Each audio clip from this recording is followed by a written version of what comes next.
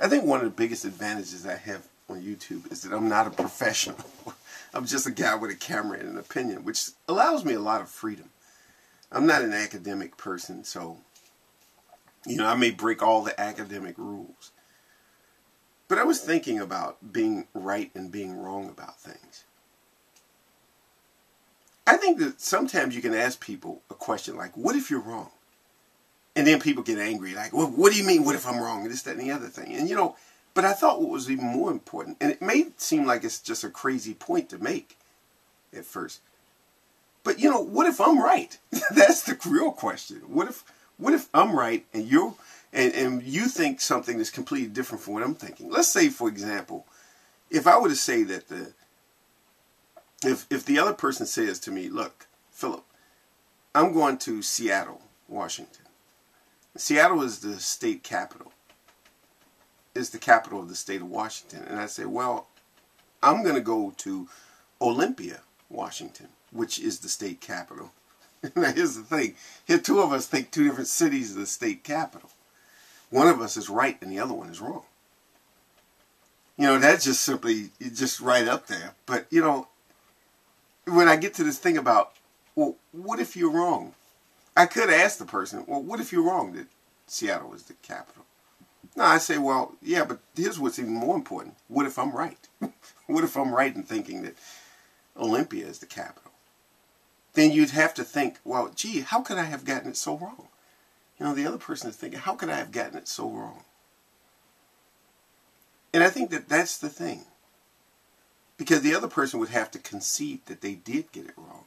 And that somebody else figured it out. And that they could have figured it out had they gone a few steps further and looked it up and researched it and did some little bit of looking up. Simple thing like going to an atlas or going to the encyclopedia or going to a dictionary or anything else where some reference book which would have told you that Olympia is the capital of the state of Washington and not Seattle.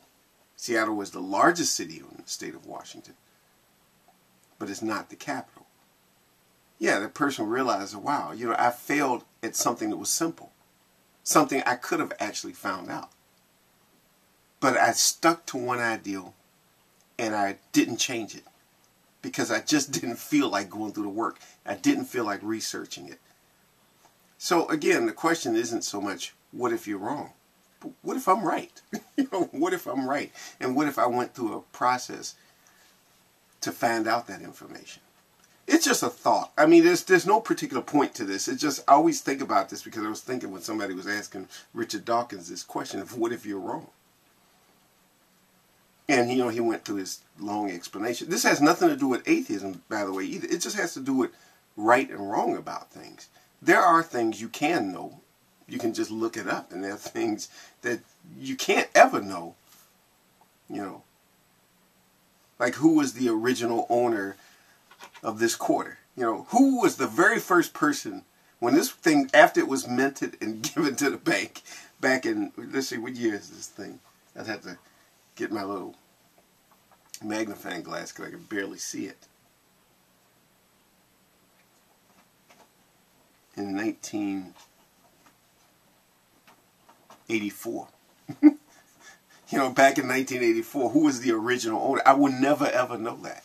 I can't look it up in any reference book to find out or do enough research on it to find out who originally had this quarter. The very first person to have it, and they spent it, and what did they spend it on? Things like that you can never know. Yeah, they're real things. Missy, what do you want? Missy just decided she wants to get into something. But the thing is that, but things that you can look up, just things that you can look up, you know, why not take the time to look it up? Because sometimes when I listen to people, I think one of the reasons why I don't debate too much is because sometimes people say things and I don't really know the answer to it. And I'll stop and I'll think. I say, well, okay. And that doesn't make for a good debate. I'm doing too much of looking up stuff to see, is it true? Is there any truth to it? And see, that's why I'm not good at debating things. because I want to know the right answer. If I'm going to say something, I like to be correct in what I'm saying. Sometimes I say things that are just opinions. It's just what I'm thinking, and that's that. And then there are things, if I'm going to throw it out as a fact, I try to look up stuff. And to the best of my ability to find out, I try to get the information. And right now I'm just going to take her out for a walk, so that's as far as I'm going to go right now.